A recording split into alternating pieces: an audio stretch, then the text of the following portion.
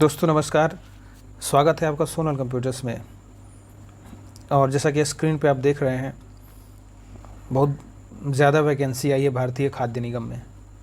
तो इस पूरी वीडियो में हम आपको इस वैकेंसी के बारे में पूरे विस्तार से बताएंगे और साथ ही साथ इम्पोर्टेंट लिंक भी बताएंगे कहाँ से आप इसको अप्लाई कर सकते हैं।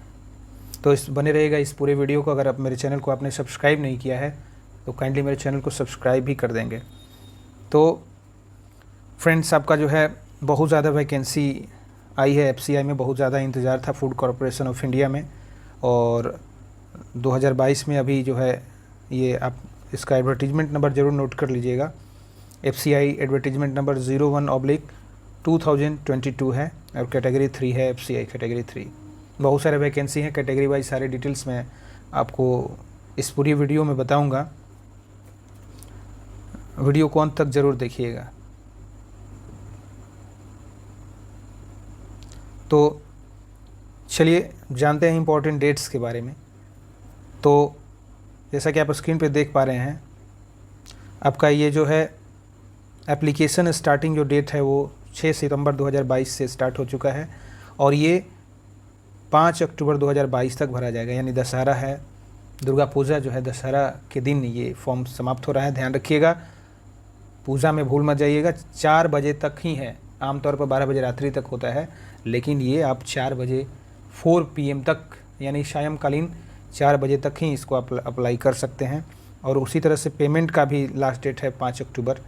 और एग्ज़ाम डेट अभी टेंटेटिव है, वो जनवरी 2023 में है। और बहुत सारे और भी इवेंट्स हैं, जैसे एडमिट्स कार्ड वगैरह जैसे ही आएगा मैं आपको इस चैनल के थ्रू आपको ज़रूर बता दूंगा। मेरे चैनल को सब्सक्राइब ज़रूर कर लीजिएगा।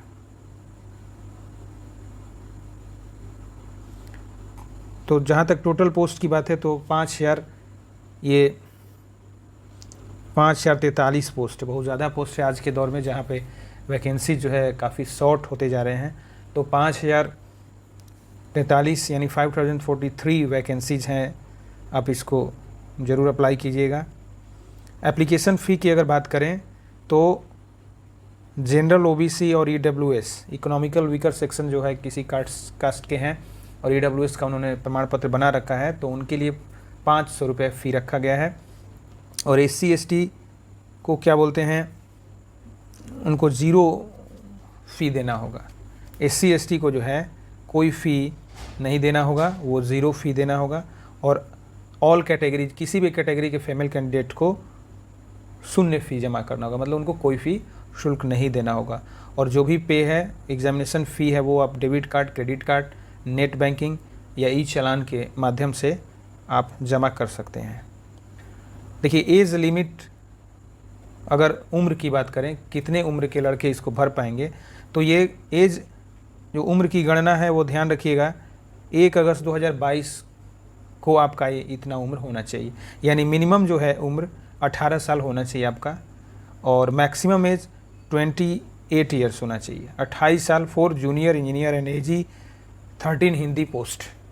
ठीक है, तो मिनिमम 18 साल होना चाहिए और मैक्सिमम एज आपका जो है 28 ईयर्स होना चाहिए for junior engineer and AG 3rd Hindi post के लिए। उसके अलावे, मतलब उसके अलावा जो भी पोस्ट्स हैं उनके लिए मैक्सिमम एज 27 ईयर्स ही हैं। ठीक है, और भी बहुत सारे जो रिजर्वेशंस के रूल हैं, वो भारत सरकार का जो रूल्स है SC ST OBC वगैरह के लिए, वो सब इस पे भी अप्लाई होगा। तो अगर वैकेंसी जो डिटेल्स पोस्ट वाइज, मतलब कौन सा पोस्ट का कितना वैकेंसी है और क्या उसकी एलिजिबिलिटी है, इसको हम विधिवत तरीके से जान लेते हैं। तो पहला पोस्ट आपका है जूनियर इंजीनियर सिविल। ठीक है, और उसका जो टोटल नंबर है पोस्ट का, पदों की जो संख्या है वो 48 है, यानी 48 है। डिग्री आपको क्या चाहिए, एलिजिबिलिटी क्या चाहिए, उसके लिए आपको civil engineering, degree in civil engineering और diploma in civil engineering with 1 year experience, 1 साल का आपको जो है अनुभव भी चाहिए। ठीक है, डिग्री चाहिए सिविल इंजीनियरिंग में, या उसके अलावा आपको डिप्लोमा भी आपने सिविल इंजीनियरिंग में किया है, यानी बीटेक अगर आपने किया है सिविल इंजीनियरिंग से या 3 साल का डिप्लोमा किया है तो भी आप इस फॉर्म को अप्लाई कर सकते हैं, बशर्ते कि 1 साल का अनुभव आपको सिमिलर फील्ड में होना चाहिए। दूसरा पोस्ट है स्टेनोग्राफर ग्रेड 2। तो स्टेनोग्राफर ग्रेड 2 का जो के पदों की जो संख्या है वो 73 है, 73। और bachelor degree in any stream, किसी भी स्ट्रीम से आप ग्रेजुएशन बीए आपका होना चाहिए, किसी भी स्ट्रीम से, एग्रीकल्चर से हो, कॉमर्स से हो, आर्ट्स से हो, किसी भी स्ट्रीम से हो आप भर सकते हैं। बीटेक वाले भी भर सकते हैं अगर भरना चाहें तो, बशर्ते कि आपका स्पीड जो है 40 WPM and English typing 80 WPM and short hand respectively. यानी इंग्लिश का जो टाइपिंग स्पीड आपका होना चाहिए वो 40 वर्ड PM यानी 40 वर्ड पर मिनट आप टाइप कर सकें कंप्यूटर पे, तो आपका सिलेक्शन होगा। उसी तरह से 80 word PM short hand typing का भी स्पीड आपका होना चाहिए। अगला पोस्ट है असिस्टेंट ग्रेड 3 जनरल। तो इसके पदों की संख्या है 948। असिस्टेंट ग्रेड 3 जनरल सामान्य, तो इसके लिए जो ये होना चाहिए qualification bachelor degree in any stream, किसी भी स्ट्रीम से आपको बैचलर डिग्री होना चाहिए with proficiency use in computer. Computer के यूज़ में जैसे कि आपको MS ऑफिस वगैरह, इंटरनेट सर्फिंग, ये सारे नॉलेज आपको प्रोफिशिएंसी होनी चाहिए कंप्यूटर में। और किसी भी शंकाए से आपने अगर ग्रेजुएशन किया है तो आप FCI के फॉर्म को भर सकते हैं। इस पोस्ट को असिस्टेंट ग्रेड 3 जनरल 948 पोस्ट है। अगला पोस्ट है आपका असिस्टेंट ग्रेड 3 अकाउंट्स। तो अकाउंट्स के लिए 406 पद है। इसके लिए bachelor degree in commerce BCom होना चाहिए और उसके साथ साथ आपको प्रोफिशिएंसी होना चाहिए कंप्यूटर यूजिंग में, कंप्यूटर का यूजिंग का ज्ञान आपको होना चाहिए। अगला पोस्ट है आपका असिस्टेंट ग्रेड 3, सबसे ज़्यादा पोस्ट इसी में है। टेक्निकल पोस्ट है ये, असिस्टेंट ग्रेड 3 टेक्निकल 1406 पोस्ट है।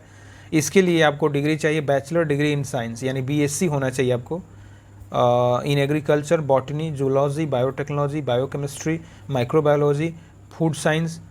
और BE BTech वाले भी कर सकते हैं। BE BTech डिग्री होना चाहिए फूड साइंस में, food science and technology, agriculture engineering या बायोटेक्नोलॉजी।